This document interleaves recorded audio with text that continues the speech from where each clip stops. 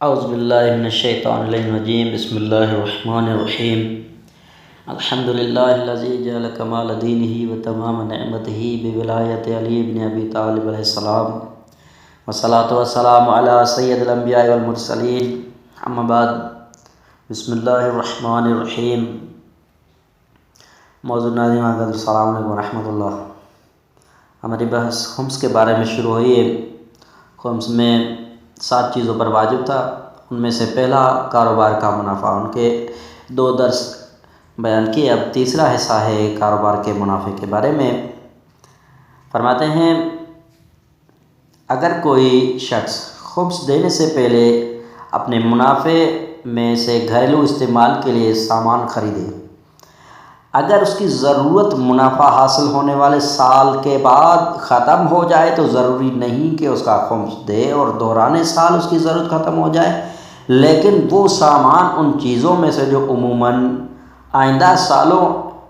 تک کے لیے استعمال کے لیے رکھے جاتے ہوں، جیسے سردی اور گرمی کے کپڑے، تو ان پر خمس نہیں ہوتا۔ اس صورت کے علاوہ دوران سال اگر سامان کی ضرورت ختم ہو جائے تو اتنا واجب یہ ہے کہ اس کا خمس دے۔ عورت کے لیے زیورات کو بطور زینت استعمال کرنے کا زمانہ گزر جائے، اس پر بھی خمس نہیں ہے۔ اچھا، فرماتے ہیں اگر کسی شخص کو کسی سال میں منافع نہ ہو تو وہ اس سال کے اخراجات کو آئندہ سال کے منافع سے منع نہیں کر سکتا۔ اگر کسی شخص کو سال کے شروع میں منافع نہ ہو اور وہ اپنے سرمایہ سے خرچ اٹھائے اور سال کے ختم ہونے سے پہلے اسے منافع ہو جائے تو اس نے جو کچھ سرمایہ میں خرچ کیا ہو اسے منافع سے منع کر سکتا ہے۔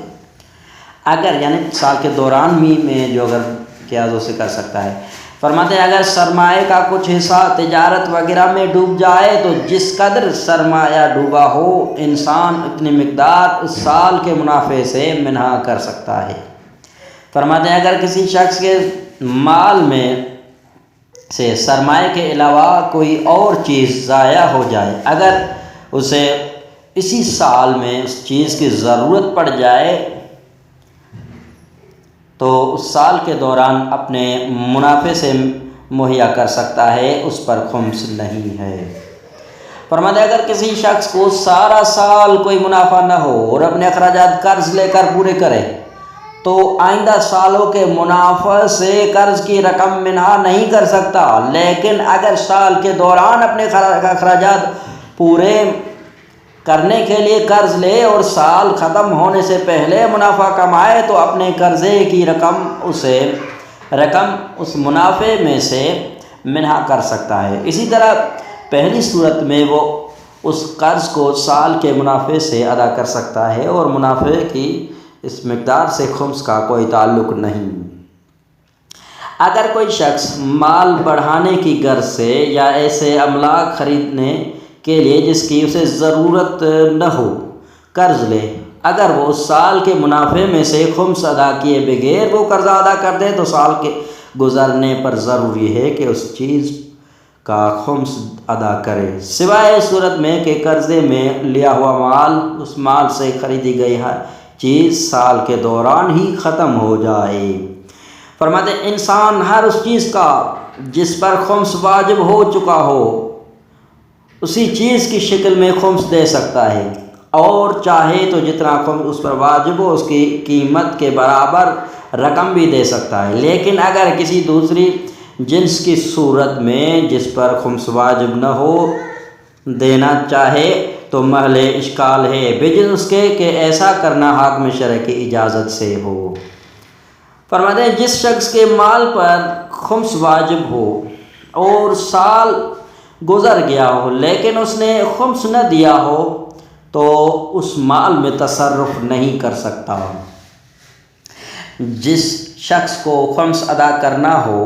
وہ یہ نہیں کر سکتا کہ اس خمس کو اپنے ذمے لے، یعنی اپنے آپ کو خمس کے مستحقین کا مقروض تصور کرے اور سارا مال استعمال کرتا رہے، اور اگر استعمال کرے اور وہ مال تلف ہو جائے تو ضروری ہے کہ اس کا خمس دے۔ اچھا، پھر فرماتے ہیں جس شخص کو خمس ادا کرنا ہو، اگر وہ حاکم شرع سے مفاہمت کر کے خمس کو اپنے ذمے لے لے تو سارا مال استعمال کر سکتا ہے۔ مفاہمت کے بعد اس مال سے جو منافع اسے حاصل ہو اس کا اپنا مال ہے، البتہ ضروری ہے کہ اپنا خمس والا قرضہ بتدریج اس طرح ادا کرے کہ اسے خمس ادا کرنے میں سستی کرنا نہ کہا جا سکے۔ فرماتے ہیں جو شخص کاروبار میں کسی دوسرے کے ساتھ شریک ہو، اگر وہ اپنے منافع پر خمس دے دے اور اس کا حصے دار نہ دے اور آئندہ سال وہ حصے دار اس مال کو جس کا خمس اس نے نہیں دیا سانجھے میں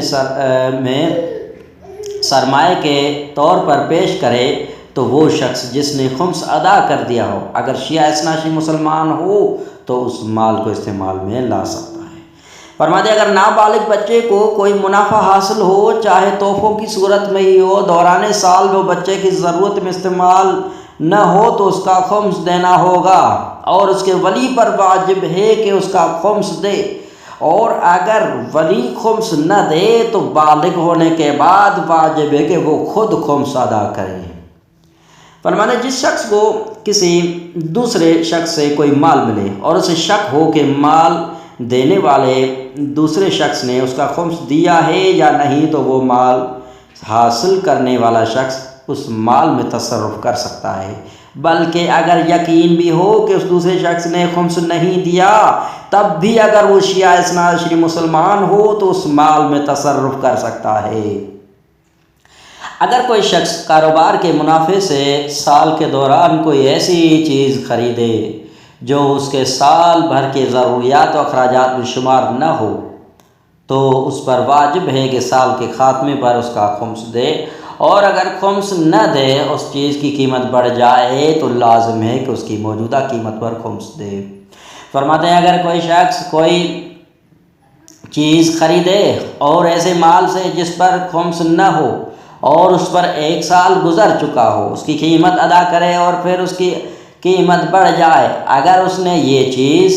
اس ارادے سے نہ خریدی ہو کہ اس کی قیمت بڑھ جائے گی تو بیچ دے گا۔ مثلاً کھیتی باڑی کے لیے زمین خریدے تو ضروری ہے کہ قیمت خرید پر خمس دے، اور مثلاً اگر بیچنے والے کو وہ رقم دی ہو جس پر خمس نہ ہو اور اس سے کہا ہو کہ میں یہ جائیداد اس رقم سے خریدتا ہوں تو ضروری ہے کہ اس جائیداد کی موجودہ قیمت پر خمس دے۔ جس شخص نے شروع سے یعنی جب سے خمس کی ادائیگی اس پر واجب ہوئی ہو یا چند سالوں سے خمس نہ دیا ہو، اگر اس نے اپنے کاروبار کے منافع سے کوئی ایسی چیز خریدی ہو جس کی اسے ضرورت نہ ہو